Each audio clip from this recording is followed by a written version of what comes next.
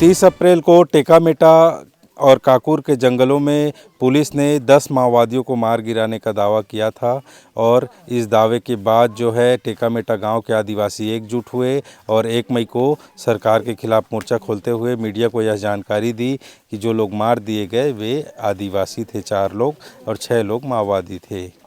लेकिन बस्तर की पुलिस और छत्तीसगढ़ सरकार यह दावा आज भी करती है कि ये जो लोग मारे गए ये माओवादी थे और इनामी थे। लेकिन अब सर्व आदिवासी समाज ने एक जांच दल का गठन किया है जिसमें उनके अलग अलग लोग हैं और जब आप यहाँ नीचे देखते हैं तो ये अनाथ बच्चे उनके बच्चे हैं जिन्हें पुलिस माओवादी बता रही है। उनकी माँ है, पत्नी है और ये मासूम बच्चे जो आपको दिखाई दे रहे हैं ये लोग हैं।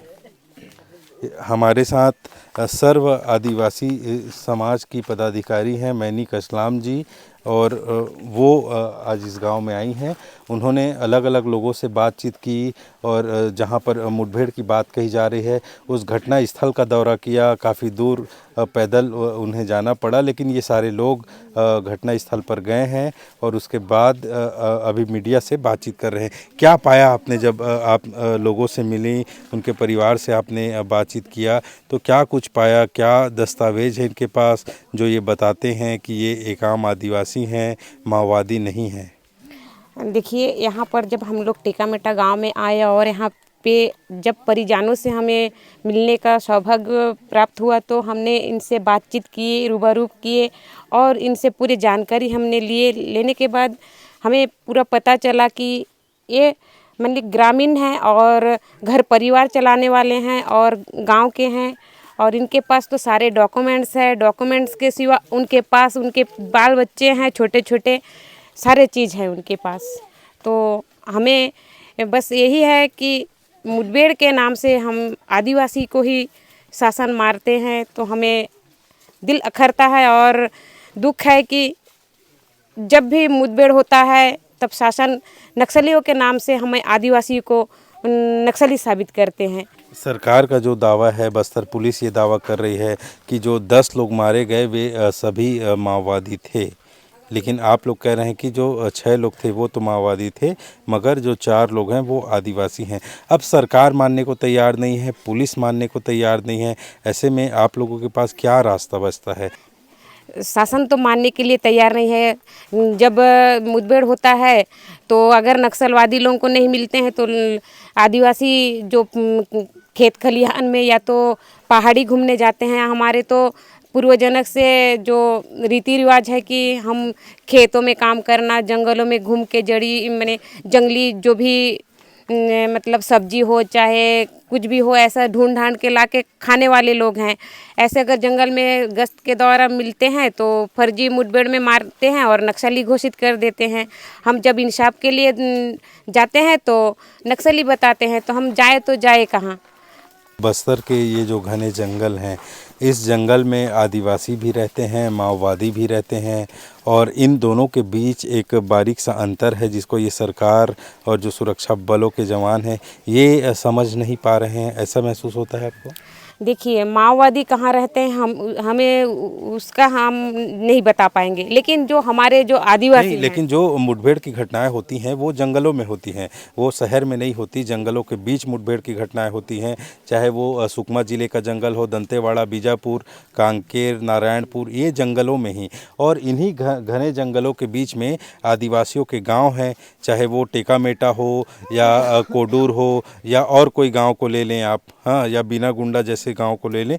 हाँ बिल्कुल, जो आदिवासियों का गांव है जो बस्तर से लेकर बस्तर में सातों जिला में माने दूर दराज तक के जो गांव हैं उसमें आदिवासी लोग रहते हैं और नक्सली बोले तो जंगलों में ही रहते हैं।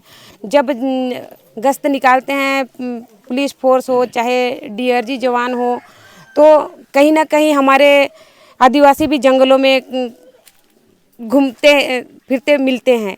तो कहीं ना कहीं उनको भी समझना चाहिए, सोचना चाहिए कि नक्सलवादी रहते कैसे हैं और हमारे आम जनता आदिवासी कैसे रहते हैं।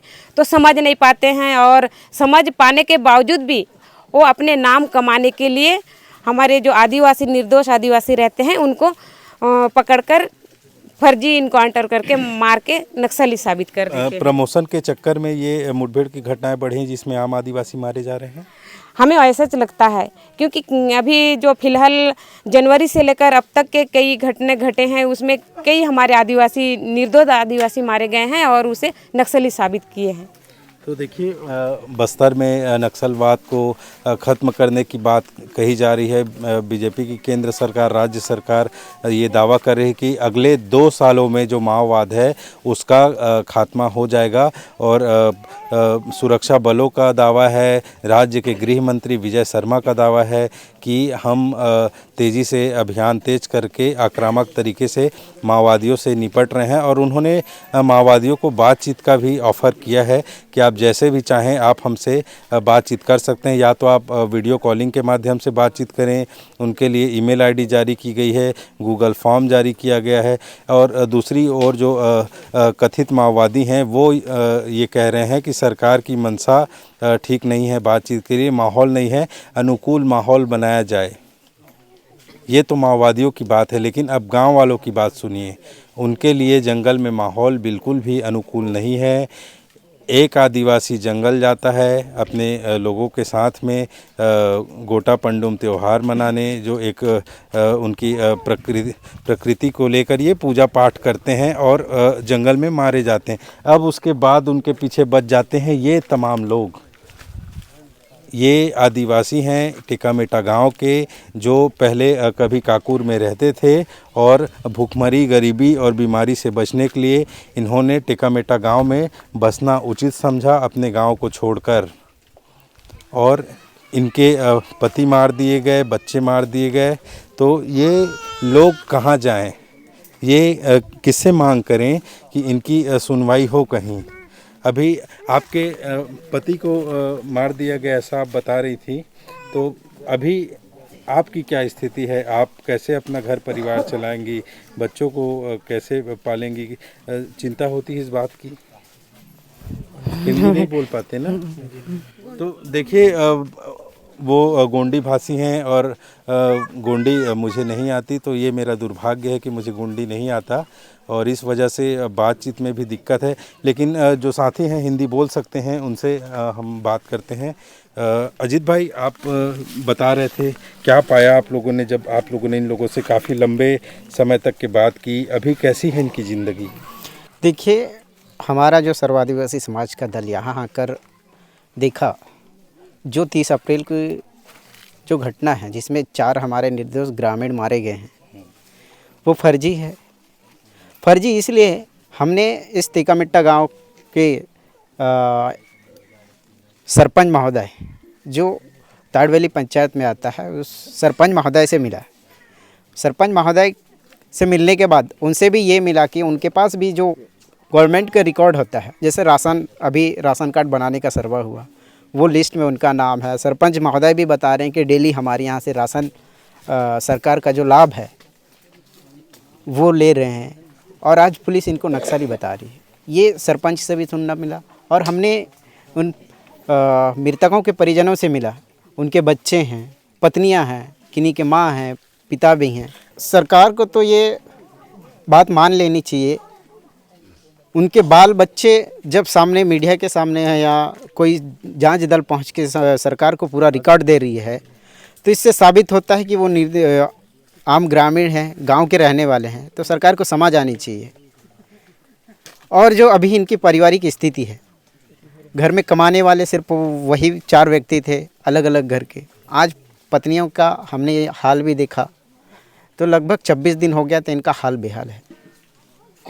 पहले की अपेक्षा काफ़ी जो इनकी आर्थिक परिस्थिति है बदलाव हो गया है। तो देखिए, गरीबी रेखा के नीचे जीवन यापन करने वाले ये गरीब आदिवासी एक अघोषित युद्ध में फंस गए हैं। एक तरफ माओवादी हैं तो दूसरी ओर पुलिस के जवान हैं और इन्हें जंगल में ही रहना है। ये अपना घर छोड़ के बड़े शहरों में बस नहीं सकते और इनको एक दोनों ओर से जो खतरा है जिससे ये पीस रहे हैं, ये आदिवासी चाहते हैं कि इनकी रक्षा हो और इन्हें बेवजह निशाना दोनों पक्षों से ना बनाया जाए। टिकामेटा गांव से अंकुर तिवारी। हैं।